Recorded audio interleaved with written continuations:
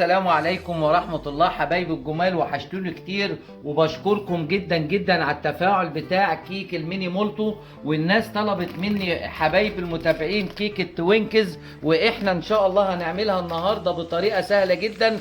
ونفتح كده نقول بسم الله اهو. نطلع بقى الكيكه القمر دي الجميله بقى اللي مجننه الدنيا بحالها. الله الله الله الله، بصوا يا جماعه الموضوع عامل ازاي.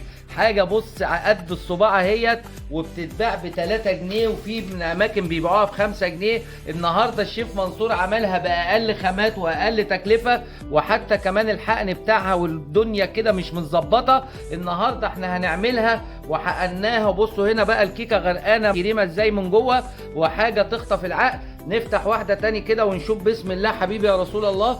بصوا قلبها ابيض ازاي، والحشو باظظ منها. النهارده ديت يا جماعه بتتباع بمبالغ. اعمل توينكس بتاع الشيف منصور القمر. بصوا يا جماعه الشكل عامل ازاي هنا ولا هنا. حتى النهارده اللون جميل، مع ان ده شغل مصانع، لكن الحمد لله انا بجتهد واجيب لكم الطريقه الاصليه. ونبدا الوصفه على بركه الله. السلام عليكم ورحمه الله. يوم جديد وحلقه جديده من حلقات شيف منصور للطبخ اصول. وبعد نجاح مولتن الميني مولتن الشوكولاته، ميني مولتن الفانيليا، ميني مولتن الشوكولاته، هنعمل مع بعض النهارده كيكه التوينكز اللي طلبتوها مني. هنعملها بطريقه احترافيه وبخامات سهله، ووداعا لاستغلال الشركات. يلا بينا. التقدير اللي معانا النهارده على بركه الله 1.5 كوبايه دقيق، اي نوع دقيق عندنا هنشتغل بيه.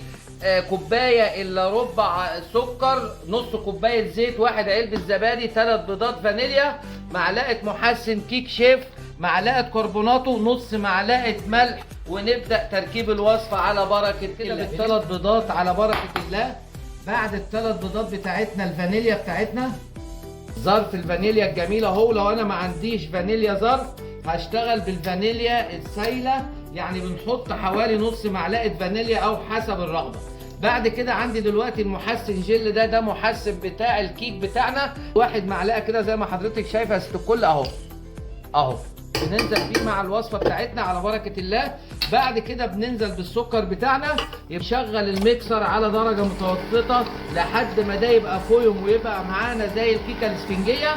بعد كده هقول لكم نعمل ايه. بعد كده على طرف المعلقه ملح زي ما حضرتك شايف. ننزل بالدقيق بتاعنا اهو. بسم الله حبيبي يا رسول الله اهو. ادي الدقيق بتاعنا اهو.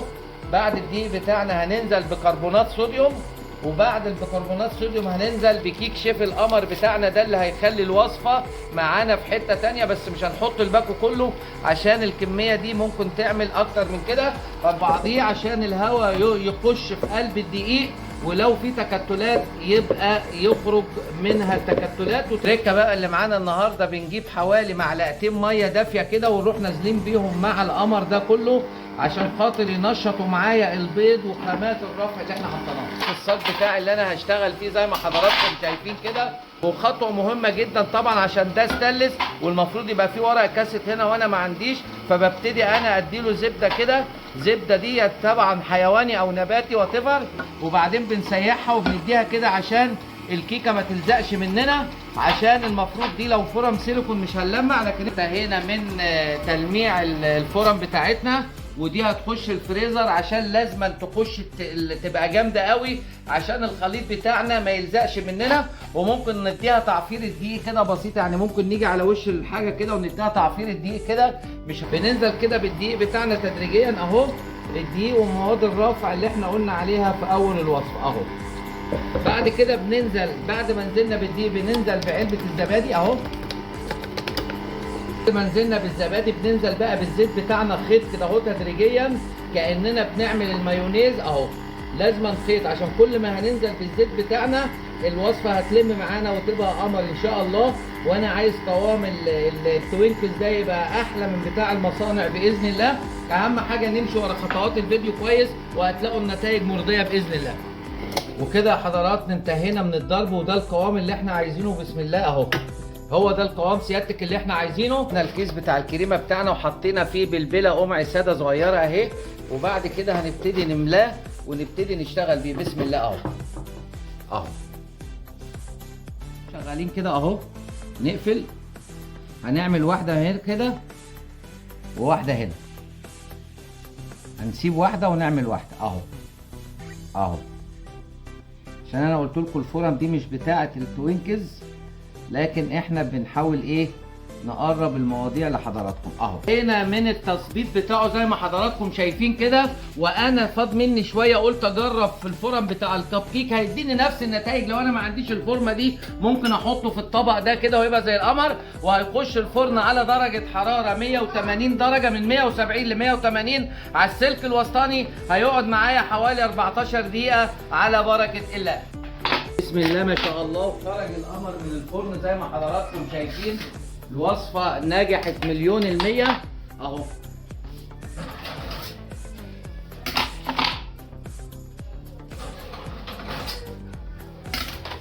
هنسيبه يبرد على بركة الله. يا جماعة اهم شيء، اهم خطوة عندي ان انا اول ما يخرج من الفرن وقبل ما يبرد لازم نقلبه كده. بعد كده زي ما اتعودنا هنغطيه كده لمدة 10 دقايق ونرجع له تاني عشان نحشيه. النهارده احنا هنشتغل بالكريم شانتيه بس عايزينها مأستكة شوية. ادي كوباية كريم شانتيه خام مع نص كوباية سكر بودرة مع 1 كوبايه ميه. الميه مش هننزل بيها مره واحده تدريجيا، وهنستمر في التقليب. ده الحشو بتاع التوينكز اللي احنا هنشتغل بيه، واحنا النهارده بنعملها بطريقه مبسطه. هنعملها بالكريم شانتيه بس هنأستكها شويه بشويه. الكريم شانتيه هنأستكها ازاي؟ هنديها سكر وكريم شانتيه وميه ونضربها لحد ما تديني عرق كده كويس.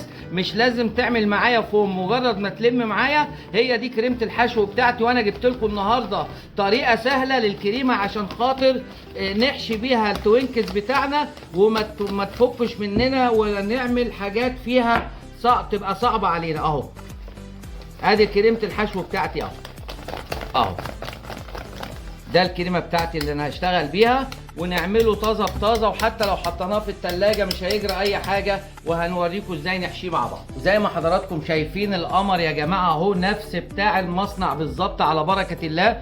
احنا بقى عايزين نحشيه. طبعا هنجيب احنا الكريم شانتيه بتاعتنا ونعمل قرطاس الكريمة الزبدة كده.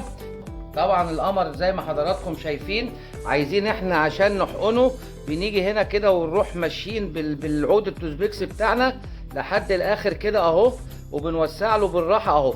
وبعد كده بنجيب احنا الكيس الكريمه بتاعي او القرطاس وبدخل كده لحد جوه وبحقن اهو زي ما حضرتك شايفه اهو. بسحب اجي هنا برده كذلك الامر، اروح مدخله بق القرطاس بتاعي اهو واحقن كده لحد ما تبظ معايا كده اهو. نهايه حلقه التوينكز عملناها بطريقه احترافيه. وطبعا احنا مهما هنشتغل اهم حاجه احنا ما عندناش ماده حافظه شغالين بيها، والطريقه نجحت 100% زي ما حضراتكم شايفين. واستسمحكم اللي ما اشتركش في القناه استسمحوا يشترك ونعمل لايك لكل فيديو عشان يوصل اكبر عدد. ودمتم في امان الله، والسلام عليكم ورحمه الله وبركاته.